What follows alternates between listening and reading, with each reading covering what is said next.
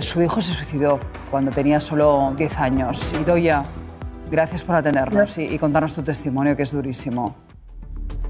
Hola, buenos días. Gracias. ¿En tu caso se aplicaron los protocolos? ¿Tuvisteis algún tipo de ayuda? En mi caso ni siquiera se abrió el protocolo. Ni siquiera. ¿Por qué? Pues porque en la conciencia de mucha gente todavía no entienden muy bien lo que es el acoso. No, ellos no creían que mi hijo estuviera siendo acosado porque no consideran que los malos tratos en el ámbito escolar sea un acoso. Y cuando vosotros, entiendo que acudís al centro para pedir ayuda, Sí. ¿cuál es la respuesta por parte de la escuela?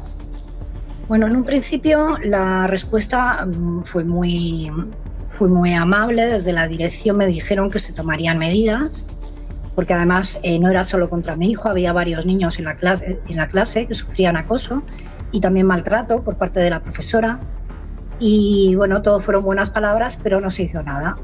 Año tras año fui quejándome y año tras año me fueron mintiendo, diciéndome que no iba a volver a tener a esa profesora o que ya se había solucionado el problema. Pero no se solucionó nunca y mi hijo dejó de hablar, y cuando volvió a decirme lo que le estaba pasando, entonces ya me confrontaron y me dijeron que la culpa era de mi hijo porque no sabía defenderse. Ya. Porque tenía que espabilar y sacarse las habichuelas él solo. Claro, déjame, Idoia, que contemos tu caso, porque igual la gente oye hablar de la profesora y no saben exactamente a qué nos referimos.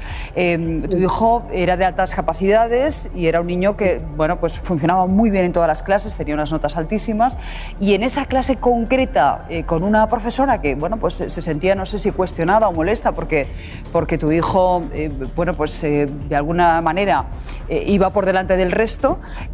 Ahí empezó a criticarle, ¿no? Y a reírse de él y a afearle su conducta en público.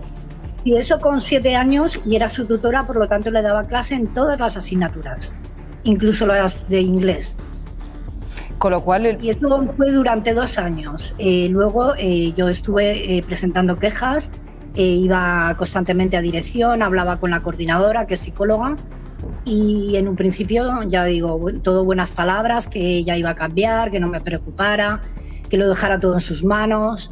Luego me dijeron que no la iba a volver a tener, que confiara en ellos, la volvió a tener. Luego me dijeron, cuando les pedí por favor, porque estaba enferma de cáncer, que no volviera a tenerla, que mi hijo no podía con todo lo que tenía encima. Me mintieron otra vez y volvió a tenerla. Y bueno, pues... la mujer, llegó un momento que mi hijo me dijo: mamá, deja de ir a hablar con el director porque luego yo cobro. Luego yo cobro, como que luego hay represalias, ¿no? Sí. No sé a ti. Y además puso a niños en contra de él, porque claro, al dejarle delante de todos los niños y al no permitir que los niños le ayudaran, porque así fue, les dijo que ellos quiénes eran para defender a nadie, pues al final mi hijo se fue quedando solo y es que estaba solo en el colegio. Es que en tu caso es peor porque, claro, hablamos de cuando el bullying viene de la propia profesora, que eso es todavía peor porque es la figura de autoridad, la persona que debería de alguna manera tenderte un cable y ayudarte. Pues sí. No sé qué te parece a ti, bueno, esa opción que se está dando ahora en la Comunidad de Madrid, esa propuesta de multar a los profesores que no detecten el bullying o que no lo denuncien en el propio centro. Mira, yo sobre esa cuestión voy a ser muy clara. Esto es un tema de conciencia.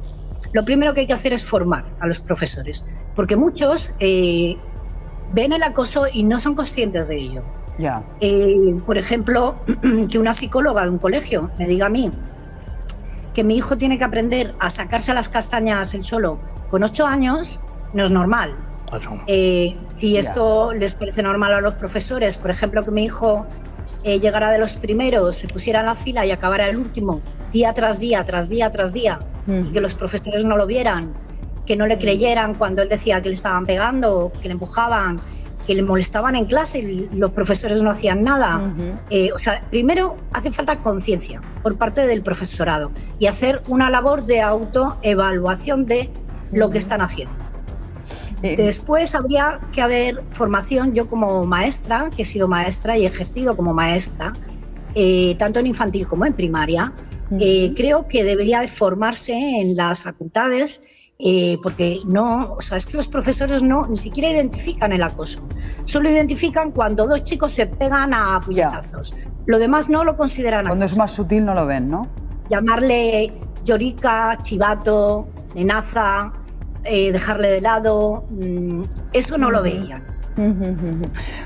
Así es que no creo yo que vaya a cambiar mucho la situación si la sociedad no cambia un poco su perspectiva. Claro. Y no hacemos todos un poco labor de autoconciencia de en qué estamos fallando todos, porque el acoso existe en todos los colegios, en todos. No, y en España parece que además, no hay ningún, más que en otros países de nuestro entorno, de tal manera que algo hacemos mal, ¿eh? Y Idoia, ya por último, me queda la duda, con la profesora, ¿tú has vuelto a hablar? ¿Te pidió perdón? ¿Te dijo algo tras el suicidio de tu hijo? Nada. Nada. Ella, por supuesto, considera que no tiene ninguna culpa, no se considera culpable, aunque era una mujer que gritaba y todo el mundo lo sabía, y que trataba mal a los niños y que los castigaba sin motivo y que tenía todo tipo de actitudes antipedagógicas en el aula. Se fue del colegio porque las madres no querían que sus hijos tuvieran a esa señora. El colegio la apoyó en todo momento y ella, yo tuve una reunión con el colegio previo a solicitar una queja formal en la Consejería de Educación, y la mujer ni se presentó en la reunión. En la reunión en la que intenté preguntarles por qué la tenían tomada contra mi hijo, por qué esa mujer estaba tan empeñada en hacerle la vida imposible a mi hijo, por qué le destrozó desde los 7 hasta los 10 años. Pues ya lo siento, Idoia, es tremenda la historia. Sí, 7 años, 10 años tenía cuando se tiró, y me gustaría saber por qué Fiscalía de Menores no investiga de oficio que un niño de 10 años se suicide y que en el informe de la autopsia tenga puesto suicidio por precipitación de un niño de 10 años. Ya. Pues, Idoia, lo dicho, que lo siento muchísimo, que es dolorosísimo lo que nos estás contando. Gracias de verdad por compartir con nosotros tu testimonio. Todo tendría que ser externo al centro. No se puede coordinar desde dentro. Ya. Si te paga la dirección, ¿cómo vas a denunciar a tus propios compañeros? Ya. No, tienes toda la razón lo que estás diciendo. Bueno, pues esto tiene que ser externo al centro, tiene que ser como una auditoría externa. Tenemos una asignatura pendiente, gracias, Idoia, con el bullying.